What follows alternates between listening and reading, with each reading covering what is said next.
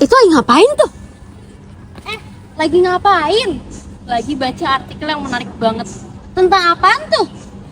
Ini dia. Nah, jadi pada malam minggu setelah Insinyur Soekarno bebas dari penjara Sukamiskin, Insinyur Soekarno menyampaikan pidato pertamanya di Batavia. Acara itu dipimpin oleh Muhammad Husni Tamrin yang membela Soekarno dari tuduhan menerima pengampunan dari Belanda. Pidato Soekarno malam itu membangkitkan semangat nasionalisme di hati rakyat yang hadir. Sebagai penutup, lagu Indonesia Raya dinyanyikan dengan penuh semangat, menandai kebangkitan perjuangan bangsa. Aspeknya kira-kira ada apa aja ya? Nah, yang pertama kita temuin adalah aspek sosial. Apa aja sih aspek sosialnya? Yang pertama itu banyak orang yang datang untuk dengerin pidato Soekarno nih. Dan yang kedua itu mereka pada menyanyikan lagu Indonesia Raya untuk mendukung perjuangan kemerdekaan dan adanya kebersamaan oleh rakyat-rakyat Indonesia. Dan yang terakhir adanya nilai solidaritas semangat nasionalisme yang tumbuh di masyarakat. Selanjutnya, dalam artikel tersebut terdapat aspek-aspek hukum yang dapat kami simpulkan. Yang pertama, hukum kolonial Belanda digunakan bukan untuk menegakkan keadilan, tetapi untuk menekankan tokoh nasionalis seperti Soekarno. Pidato politiknya dianggap sebagai ancaman, bukan sebagai kebebasan berpendapat. Itu menunjukkan hukum saat itu bersifat represif, bukan protektif. Selanjutnya, pemberian gerasi kepada Soekarno menunjukkan campur tangan politik dalam sistem hukum. Gerasi dijadikan upaya pemerintah kolonial untuk menutupi ketidakadilan dalam proses peradilan sebelumnya. Selanjutnya, pemerintah kolonial membatasi kebebasan berpendapat dan aktivitas politik.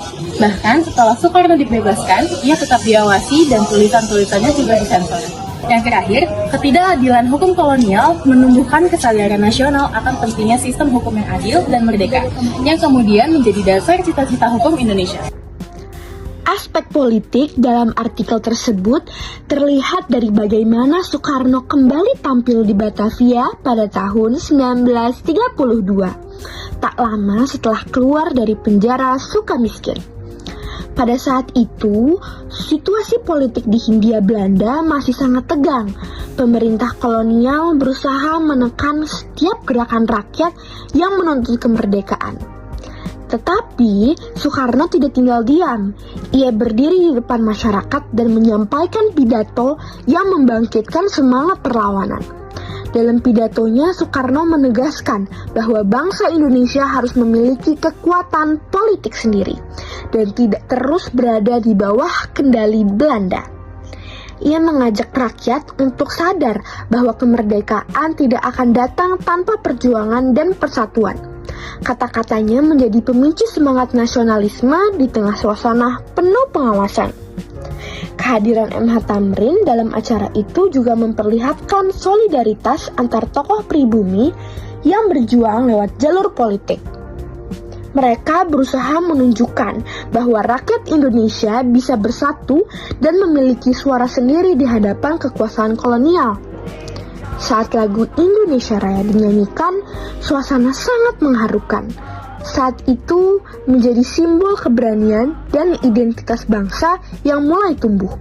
Dari momen itu kita bisa melihat bagaimana aspek politik dalam artikel tersebut menggambarkan perjuangan nyata rakyat Indonesia untuk bangkit dan menegaskan kemerdekaannya. Oke, jadi selanjutnya adalah aspek bahasa. Bahasa yang digunakan untuk artikel tersebut adalah bahasa Belanda. Nah, tapi kalau bahasa yang digunakan Soekarno untuk pidatonya pertama kali di Batavia setelah keluar dari lapas Sukamiskin adalah bahasa Indonesia. Kenapa begitu? Agar pidatonya tersampaikan kepada rakyat dan semangatnya juga tersalurkan kepada rakyat. Oke, aspek yang terakhir adalah aspek media massa. Nah, media massa pada era kolonial itu sangat penting, teman-teman. Untuk apa? Untuk menyebarkan berita politik nasionalis. Nah, tapi menggunakan gaya bahasa yang cenderung netral. Nah, meskipun masih dikontrol oleh Belanda, namun media massa itu masih menjadi alat yang penting untuk membangkitkan kesadaran nasional.